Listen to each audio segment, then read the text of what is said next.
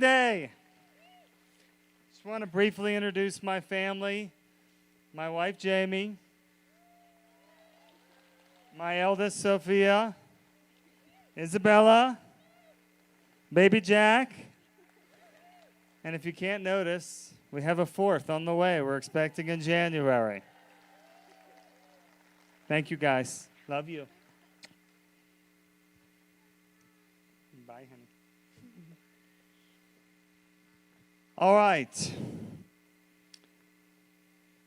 Well, I wish I could start this with positive news. But the reality is we're in grave trouble as a country and a state. Things are rapidly moving in the wrong direction. And we've seen these terrible, radical, leftist ideas start in academia and in intellectual circles. And then they're being pushed into our culture through entertainment and the media and the ruling elite. These are not values that we share. These are not values that Americans or Nevadans have asked for. They're being imposed on us. How did we get here? Well, we all remember all the bad things that happened in 2020. How about BLM? The top former law enforcement officer of the state, to watch what the media and our ruling elites did to our law enforcement was just so shocking and unconscionable. And as you all sat in your living rooms and watched, there was virtually no dissent from the dangerous and false notion that all of policing was systemically racist. It all needs to be transformed and defunded. Well, it's very predictable what that would lead to. You know in your communities, what kid wants to be a cop today? So our law enforcement is thinning out. They're under siege. They have no support from our leaders. And as a result, crime is spiking all over America. Big shock there, right? This was all under the overhang of COVID last year, where our elites teamed up to paint a narrative that lockdowns was the only way to save our state and our country. Well, as we know, Governor DeSantis showed that you can balance these things and find a way to keep things open and protect the vulnerable. This is why they go after him with such ferocity, because Florida showed a different path. But then we saw through COVID amazing amounts of hypocrisy. We saw in this state, our governor, and in California, their governor, both got busted with masks indoors in events they weren't supposed to be unmasked. We saw a week ago the mayor of D.C., right after a mask order, getting busted with her mask off.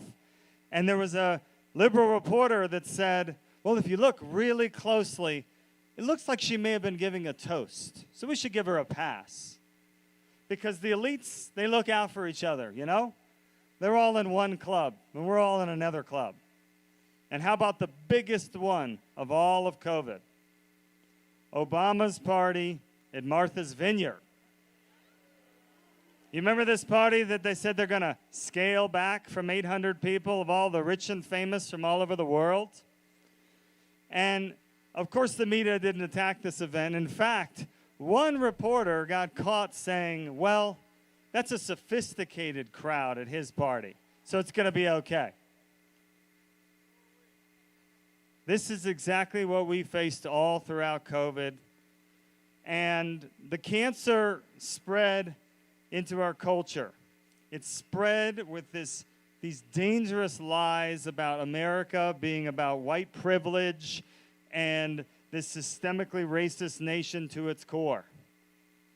This stuff, not only is it dangerous, but it's just categorically false. Our framers gave us the freest nation on earth. America's the greatest nation on earth for a reason. Because of our Constitution and the amazing system they gave us. But you see, they want to take that system down. And you know why? Because if they can tear down our Constitution and our rule of law, guess what? They get to replace it. And they are in the process of doing that. Make no mistake about it. Which is why we must stand up and fight for our state and our country. Are you guys with me? Now, all of this crescendoed at the beginning of this year to peak cancel culture. When big tech was able to silence President Trump and take him off of social media. I mean, does everybody remember the pit in your stomach? If they can silence Donald Trump, what about all of us? Do we have a chance to speak back and fight against this stuff? It sure felt very, very hopeless. And they didn't stop there, of course. Big tech has been ruthlessly enforcing the ruling elite's worldview on everything from COVID to election integrity, you name it. If you fall from the orthodoxy, you're going to be canceled, suspended, pulled off. So now is the time for us to stand up. And I could tell you that this crowd of 4,000 people is quite a signal we're going to send to these people that we do not intend to take this lying down.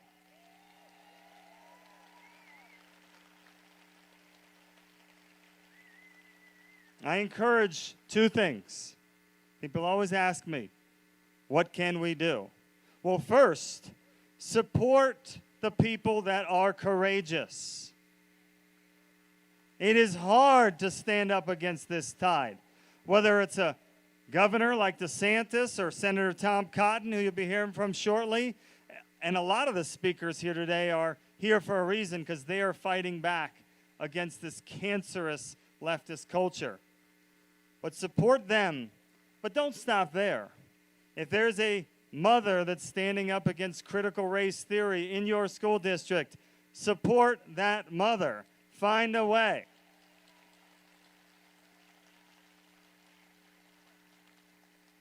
And I just want to leave you with one thing. In the end of the day, we have to be accountable to ourselves. And when you go to bed, you have to know, did you stand for truth or did you back away when you could have stand for truth? And I know it's hard. And cancel culture's there for a reason. They're doing that to intimidate us and silence us because they know if they gain steam and it's not stopped at the front end, it grows too strong. So I encourage you, stand for truth. We all know there's nothing but lies out there every single day. The people are ready to stand with us. Our state is ready to fight against this. Americans are ready to fight against this. Let's go get it. God bless you.